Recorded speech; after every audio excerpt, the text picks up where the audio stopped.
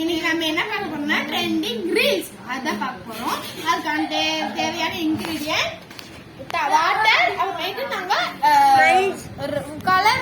Colour add பண்ணிருக்கோம். Red and yellow add பண்ணிருக்கோம். இப்போ போட போறேன். ரிசல்ட் எப்படின்னு பார்க்கலாம். 1 நிமிஷம் லைட்டா பண்ணிட்டு இருக்கறேன். என்னடா கவரா இப்போ வந்து பண்ண போறோம்.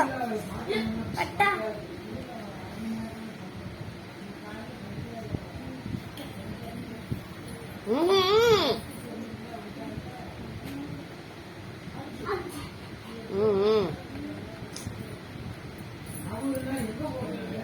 செம்மையா இருக்கு. வாவ்,